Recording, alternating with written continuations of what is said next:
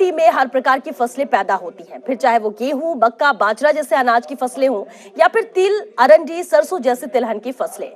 जीरा, इसबगोल और सौंफ जैसे मसाला फसलों के लिए भी सिरोही जाना जाता है। तो अनार, पपीते जैसे फलों और सब्जियों की भी यहाँ पर बम्पर पैदावार होती है। लेकिन इतना सब कुछ होने के बाद भी सिरोही के किसान गरीबी और मुफलिसी की जिंदगी बिताने को मजबूर है। आज भी सिरोही का किसान कर्ज के तले दबा हुआ है और इसका कारण है यहाँ के किसान को अपनी उपज का दाम सही नहीं मिलना। जब किसान अपनी पैदावार बेचने के लिए बाजार में जाता है तो आसमान छू रहे भाव धड़ाम से नीचे गिर जाते हैं। सिरोही के किसानों की समस्याओं को लेकर खास बातचीत की संवाददाता विक्रम सिंह कर्नौत ने। खेती किसानी के लिए जाने जाने वाला सिरोही जिला हर प्रकार की खेती, चाहे वो अनाज की खेती हो, चाहे वो तिलहन की खेती हो, चाहे बागवानी की बात करें, चाहे सब्जी की बात करें, तो हर प्रकार की जो खेती है वो सिरोही जिले में बहुतायत मात्रा में होती है। और अभी जो हम बात कर रहे हैं वो सिरोही जिले के आबू रोड के और गांव में हम खड़े हैं। यहाँ पे सबसे बड़ी मात्रा में सब्जियां उगाई जाती है।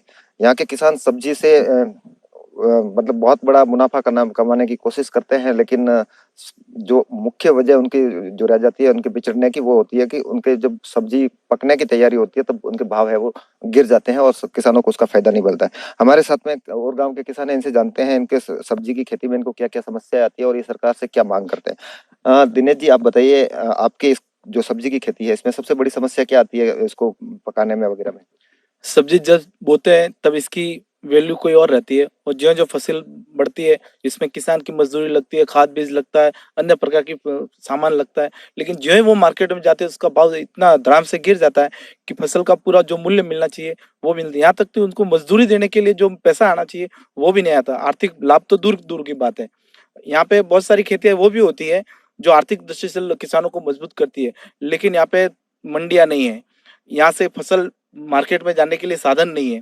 वहां पे फसल साधन जाती है तो समर्थक मूल्य उनका नहीं मिलता जो उनका मिलना चाहिए, और कई बार फसलें खराब हो जाती है। जैसे मौसमी बीमारी आ जाती है, पाला गिर जाता है, बारिश आ जाती है, बेमौसम बारिश आ जाती है, उससे बहुत सारी फसलें खराब हो जाती है। तो किसान तो जैसे जैसे तो टूटता ही जाता है।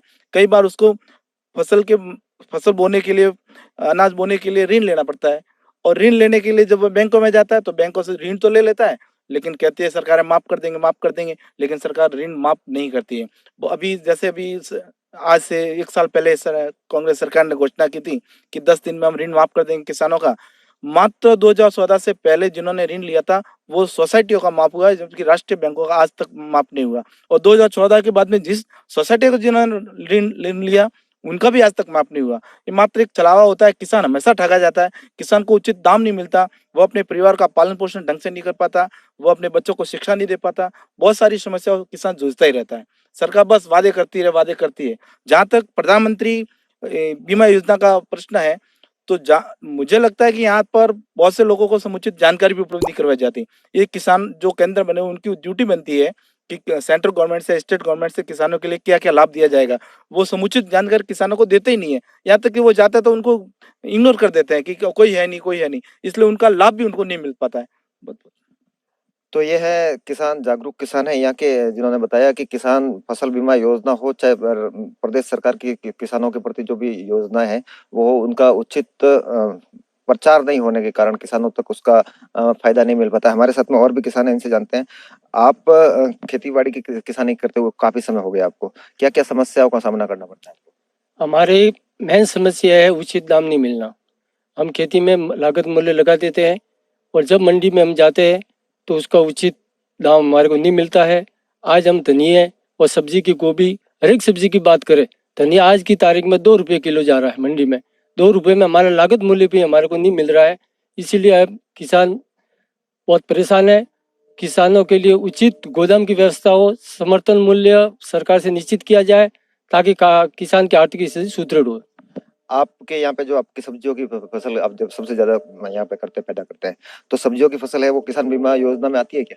नहीं, बिल्कुल सब्जियों की कीमत बीमा कर से प्रधानमंत्री बीमा योजना में नहीं आती है। और ये बीमा करवाने जाते हैं तो सिर्फ यही हमारे को बोला जाता है कि मक्का की खेती बीमा में आती है, जो यहाँ पर हमारे होती नहीं है। और दूसरी एक भी खेती हम जो करते हैं, सब्जियों की है, अरंडी की है, सौंफ की है, एक भी बीमा में नहीं आती।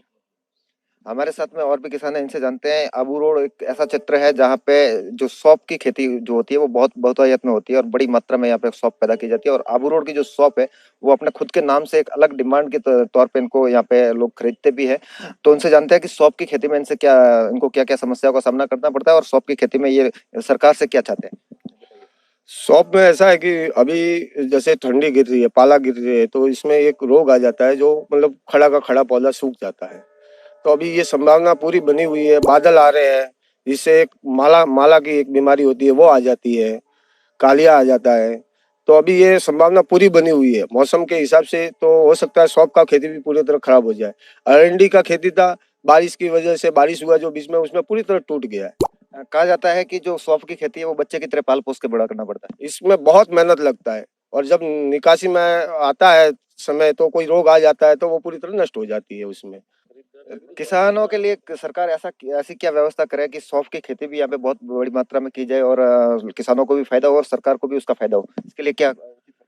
पहली बात तो सरकार उनको समुचित लाइट की व्यवस्था उपलब्ध करावे। जैसे 6 घंटे 7 घंटे देती है, बराबर यदि 8 घंटे भी दे देवे तो किसान अपनी व्यवस्था पूरी कर देगा।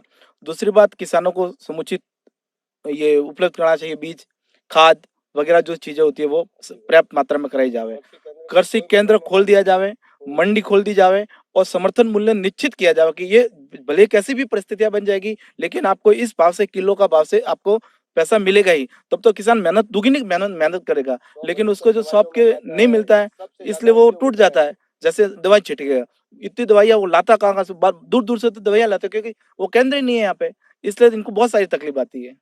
तो ये है सिरोही जिले के किसान जिनका साफ कहना है कि सरकार की तरफ से उचित समर्थन मूल्य और उचित मंडी की व्यवस्था अगर यहाँ पे की जाए सिरोही जिले में तो यहाँ के किसानों की जो जीवन स्तर है उसमें काफी सुधार आ सकता है। सहयोगी मनोज और अशोक के साथ Vikram Singh Karnot, First India News, Sirohi.